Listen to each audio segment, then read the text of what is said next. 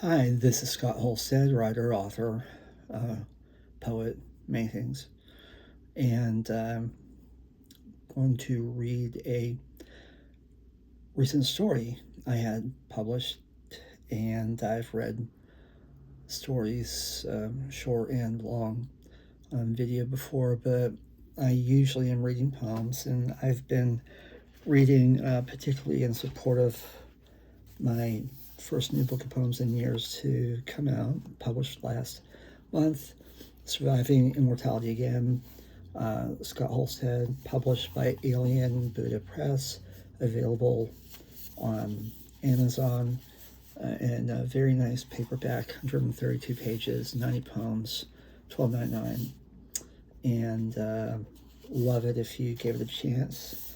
There are a number of videos with sample poems from that, as well as many other places, and you can always find out more at my website, hankrules2011.com. But I want to read sort of a just different type of fiction today. I'm known mostly as a poet, but I actually have years of experience in a lot of different areas. I've published a lot of nonfiction, fiction, certain genres, especially horror, sci-fi, speculative fiction. Recent years, some mystery, crime, journalism, book reviews, a lot of things. But while known more for poetry, most of my books that are in creative writing are poetry books. I've been averaging about 20 to 25 short stories published a year over the past few years. This year, 2025, I think 22 so far. Just had one accepted for journal in January. This one is different, and I just want to give it a chance. It's I love writing horror, sci-fi, speculative fiction, drama, mystery, violent gore, crazy, experimental, absurd, surreal stuff. But I've been trying to do some other things in recent years, a lot of micro, 100-word pieces, and just some, I don't know, more tranquil but still maybe slightly eclectic types of things. This one is called Kelli's Game. It was published in the Galway Review in August 2025. You can find it there. You can find it, I think, on my website too. Not yet in a book, no plans at the moment, but tell me what you think. Yeah, especially if you've seen me do some videos that have been by dirty realism type stuff. Bukowski, Chandler, this is different. Kelli's Game. Kelli received her first marriage proposal when she was 17 years old. Her response: ridiculous, I'm going to college. During college, she received two more proposals. One from a too young, hot-blooded boyfriend, and the other from a math tutor 10 years older than her. One night, after many tequila shots with some friends, it occurred to her that this was becoming a pattern, and that she could make a game out of it. A challenge. She loved challenges. How many proposals would she receive and reject before accepting any, if she even did? She briefly wondered if she should tell her friends this idea, but felt that was the tequila talking. It wasn't even good tequila. If she dared utter something so unusual, she'd be met with the usual cries about OCD, abnormal psych, and the dreaded, you just haven't met the right person. I know this guy who'd be perfect for you. Let me give you his number. Shudder.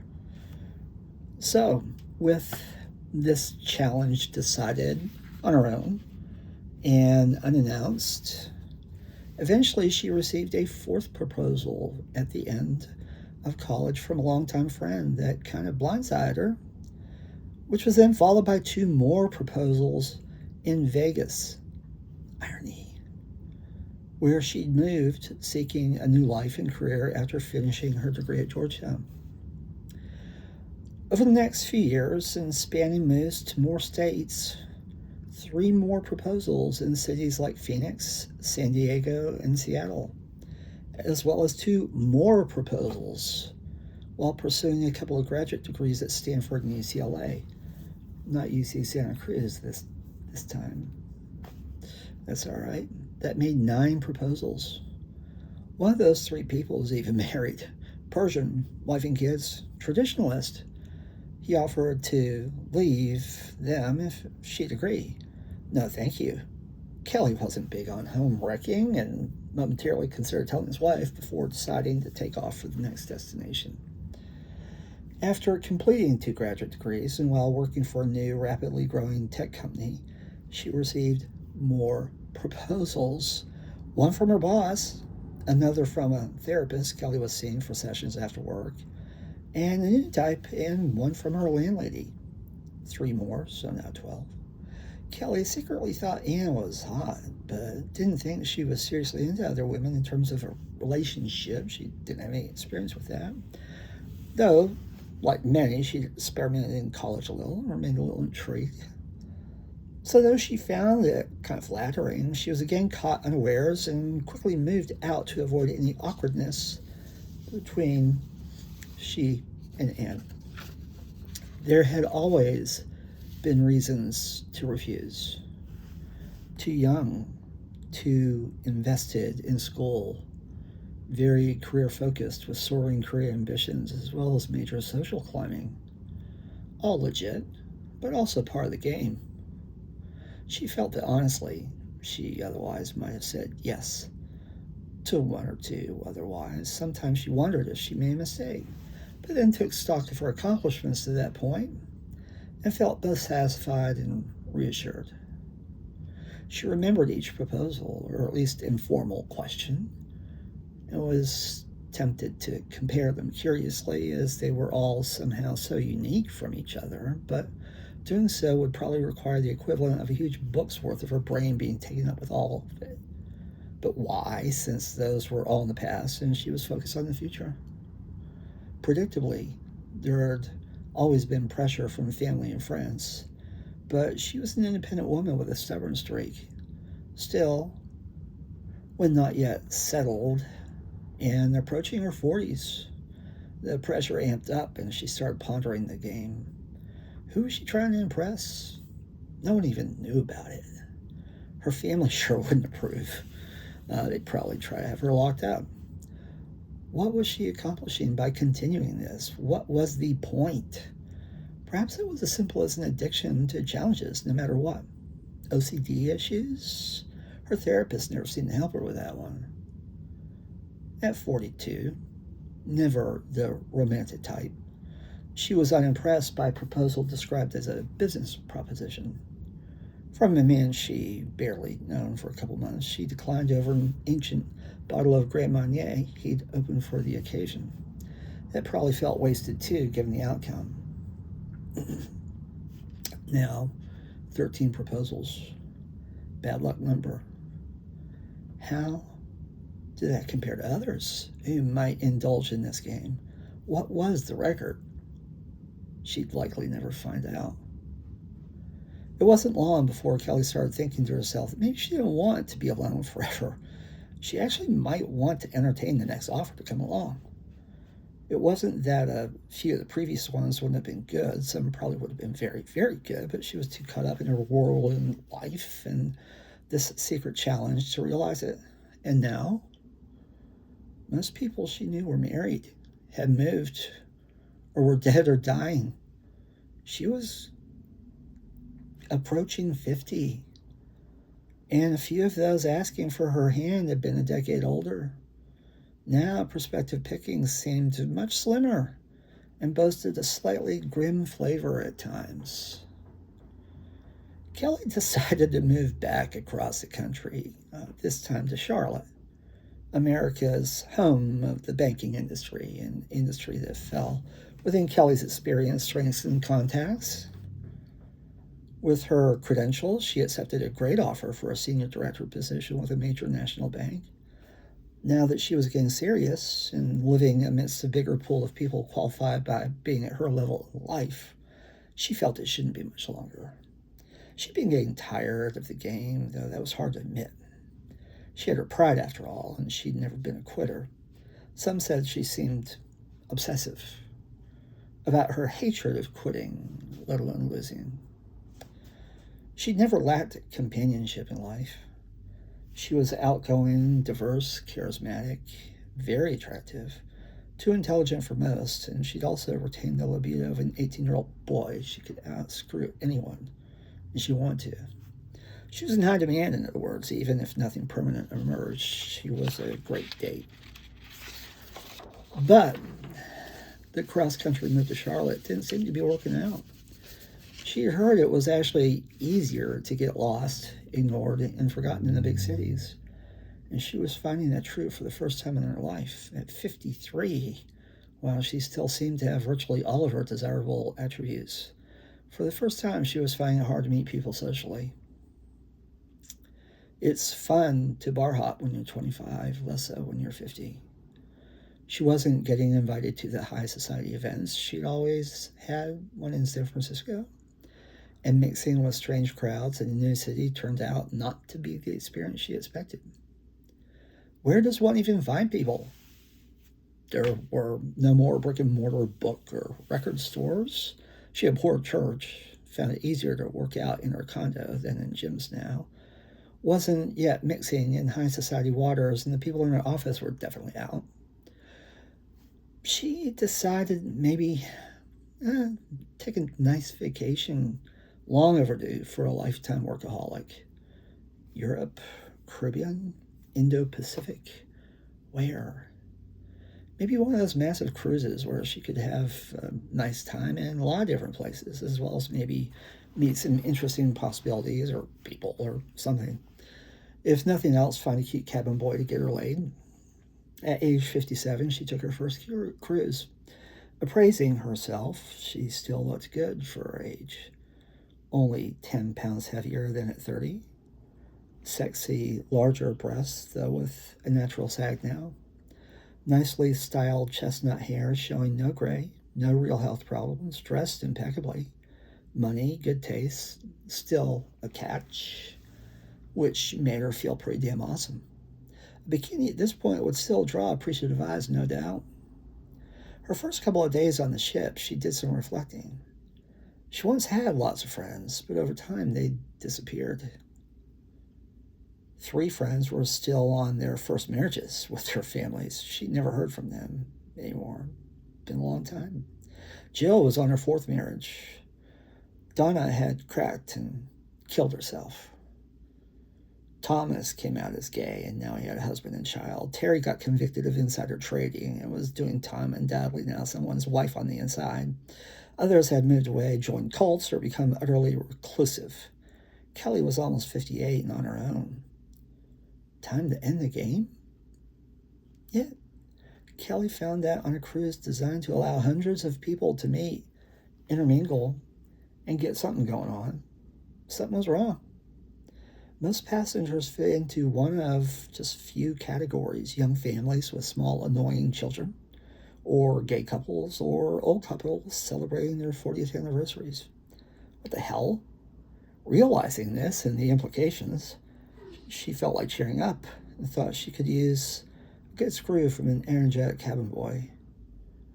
When one entered her cabin following her call requesting assistance, she met him wearing little and pointedly propositioned him, looking forward to the hot coupling that would soon take place. He responded, "Sorry, ma'am, no. You're older than my mother, not my thing. Besides, I like women more my age and a little firmer, like ripped, so I'm just going to take off." With that, he turned and stalked out. Disbelief. Humiliation.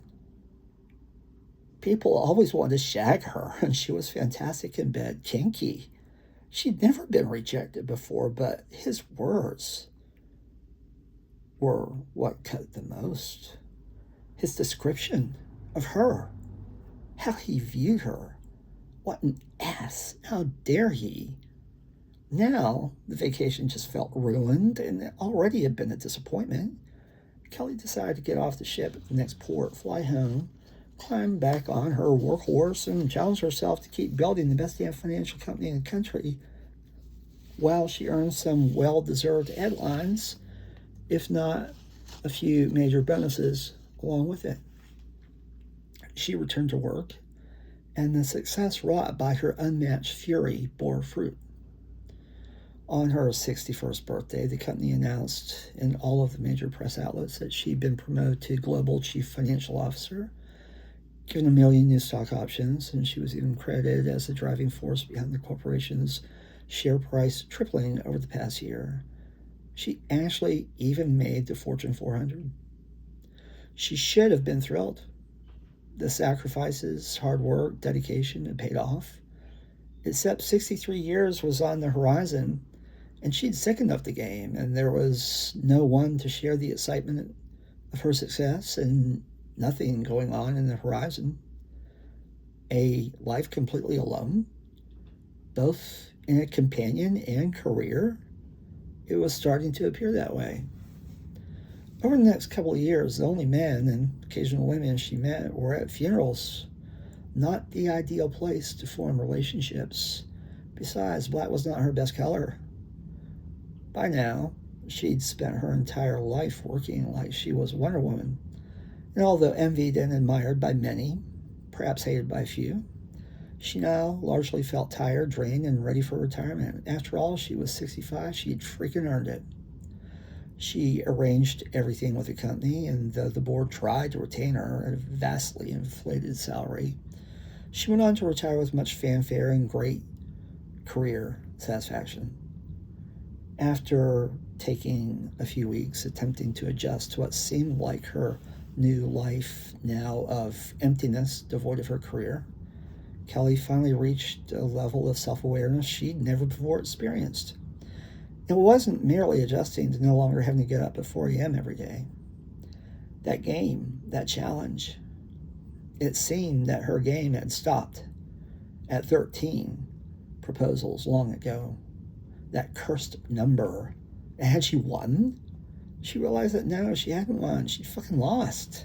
She never needed a man, woman, or any type of long-term serious companion, let alone kids. Yet now, she would welcome close companionship in nearly any form, but nearing age 67, it wasn't happening, and she realized it likely would never happen. She started feeling tortured by a lifetime of regrets and obsessively went back over each proposal and the person behind it in her mind. She realized a few truly had loved her, and she could have easily seen herself make a happy life as a couple with them, but she never felt that need. Besides that idiotic damn challenge game, she let it take precedence over everything else. How stupid, or at least it seems so now. Why? Simply, maybe, she obsessively loved challenges and did anything to always win. Yet in this case, she realized perhaps she actually won and lost. And it was the loss for the first time that made her realize so much of her life now just felt like crap, just fraud. She hated herself then, and she sat reflecting while on her full-length unused Bauhaus design sofa. She hadn't bothered getting it ready for actual use, though she now seemed to notice for the first time that it was surrounded by 5 or 6 empty wine glasses. Had been enjoying a few bottles of some Burgundies worth enough to pay down the debt of some states she'd gotten the collection by some spirited bidding at Christie's. Hey, was that a damn stain? Finally, after much contemplation, she decided on a new course of action, one shared by many she had heard. She still enjoyed much about life and had things to do, but at the same time, she wasn't eager to hit age 70 alone, and she didn't. At the shelter, she found an adorable tabby kitten who just called out to her.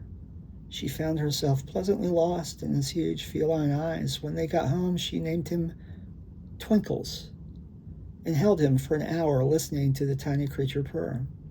She realized she'd finally ended up as one of those crazy cat ladies, and at age 70, she couldn't have been happier. The end. a very different type of story for me. I hope some of you at least enjoyed it. It's called Kelli's Game. It was published in the Galway Review in August 2025. Probably find a link for it, of course, not only there, but on my own website at hankrules2011.com. Again, I have a new book out. I have many other publications if you're interested. Would love it if you would, hit like, subscribe. I don't have that down. I've never actually looked at it. Leave a comment. I'd love feedback. Tell me if you'd like me to read more things like this or more of the usual violent, sicko stuff. Or maybe just my poems. Of course, it could be that too. I've got some more things lined up, and I'm thinking of some other types of things and to read and share with you, and would love to engage with anyone. Feel free to comment. I hope all of you have a good day, and I will catch you next time. This is Scott Holstad. Bye-bye.